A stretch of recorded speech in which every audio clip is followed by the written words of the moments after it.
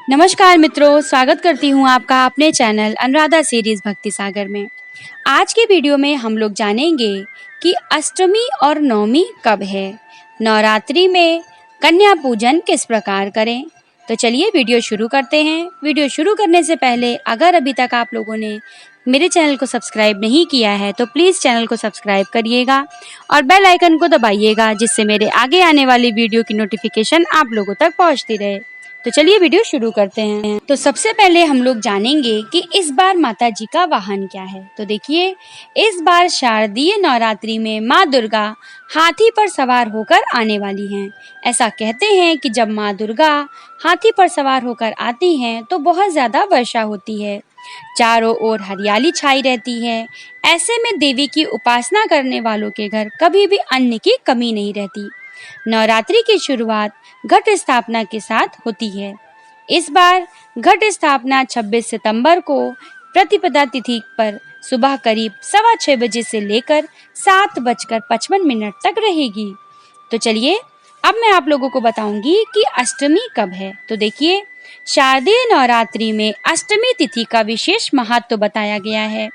इस दिन महागौरी की पूजा होती है। कई जगहों पर लोग अष्टमी तिथि पर ही कन्या पूजन करते हैं। इस बार महाअष्टमी 3 अक्टूबर दिन सोमवार को पड़ रही है। आश्विनी मास के शुक्ल पक्ष की अष्टमी तिथि रविवार 2 अक्टूबर को शाम 6:47 से लेकर अगले दिन सोमवार यानी 3 अक्टूबर को शाम 4:37 तक रहेगी। उदया तिथि के कारण अष्टमी का व्रत 3 अक्टूबर को ही रखा जाएगा। अब हम लोग जानते हैं कि नवमी कब है। तो अष्टमी तिथि पर कन्या पूजन न करने वाले लोग नवमी को यह परंपरा निभाते हैं। बहुत सारे लोग अष्टमी को कन्या भोज करते हैं, बहुत सारे लोग नवमी को। इस दिन माँ सिद्धिदात्री का पूजन होता है। इस बार अश्विनी शुक्ल की नवमी तिथि यानी सोमवार 3 अक्टूबर को शाम 4:37 से लेकर मंगलवार 4 अक्टूबर दोपहर 2:20 तक रहेगी। उदया तिथि के कारण नवमी का पूजन 4 अक्टूबर को किया जाएगा। अब हम लोग जानते हैं कि नवरात्रि का पारण हम लोगों को कब करना है। तो देखिए, शारदीय नवरात्रि पर नवमी के दिन यानी 4 अक्टूबर 2022 को दोपहर 2:20 के बाद 9 दिन तक चलने वाला नवरात्रि व्रत का पारण किया जा सकता है।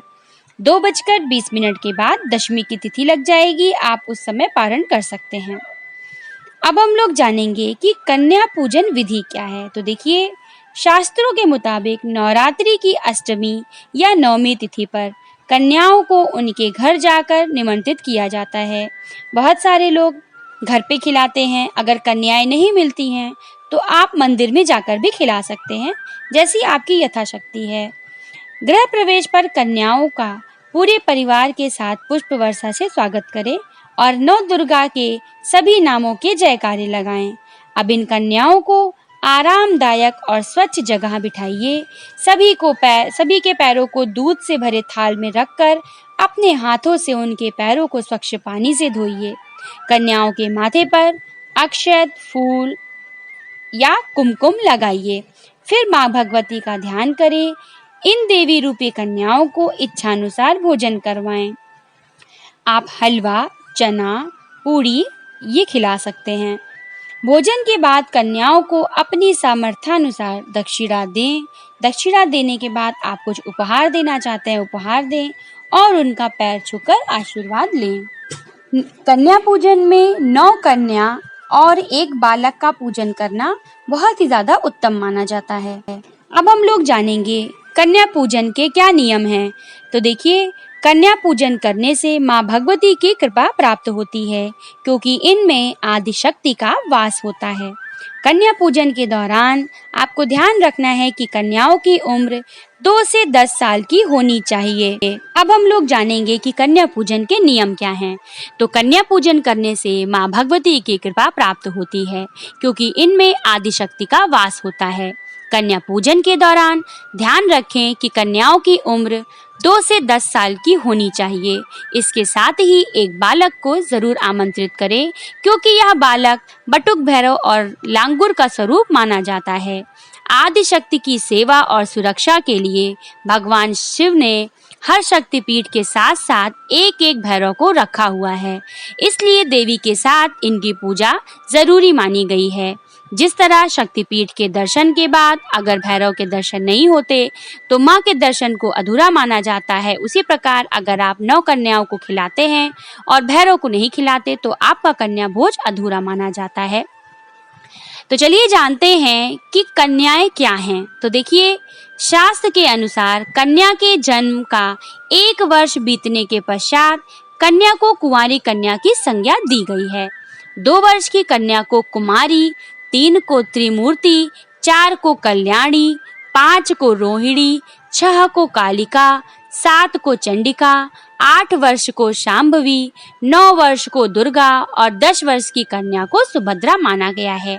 इसीलिए हम लोगों को कोशिश करनी चाहिए कि 2 से 10 वर्ष की आयु की कन्याओं को ही कन्या भोजन कराना चाहिए। अब हम लोग जानते हैं कि कन्या पूजन में कन्याओं को क्या-क्या खिलाना चाहिए। तो देखिए, माँ भगवती को खीर, मिठाई, फल, हलवा, चना, मालपुआ आदि प्रिय है, इसलिए कन्या पूजन के दिन कन्याओं को खाने के लिए पूरी, चना और हलवा दिया जाता है। कन्याओं को आप केसर युक्त खीर, हलवा और पूरी भी खिला सकते हैं। अब हम लोग जानते हैं कि अगर किसी व्यक्ति को कन्या ना मिले तो, क्योंकि आज के समय में कन्या का मिलना बहुत मुश्किल होता है, बहुत सारे लोग बच्चों को भेजते नहीं हैं, तो आप लोगों को करना क्या है। तो देखिए, घर के मंदिर में माता का पूजन करिए और माता को विभिन्न प्रकार का भोग लगाइए। आप 9 तरह की थाली सजाइए, 9 तरह की थाली और एक लांगूर की थाली को सजाकर उसमें आप जो भी माता जी को भोग लगाना चाहते हैं उसको भोग लगाइए और मन में ही आप श्रद्धा करिए कि आप ये 9 कन्याओं को खिला रहे हैं और खिलाने के बाद जो भी आपने सामग्री चढ़ाई है उसको आप शाम के समय गाय को दे दें।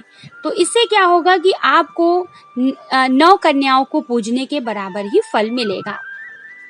तो आशा करती हूँ आप लोगों को आज का वीडियो पसंद आया होगा। वीडियो पसंद आया हो तो वीडियो को लाइक करिएगा, चैनल को सब्सक्राइब करिएगा। मिलते हैं मेरे अगले वीडियो में। जय भोलेनाथ।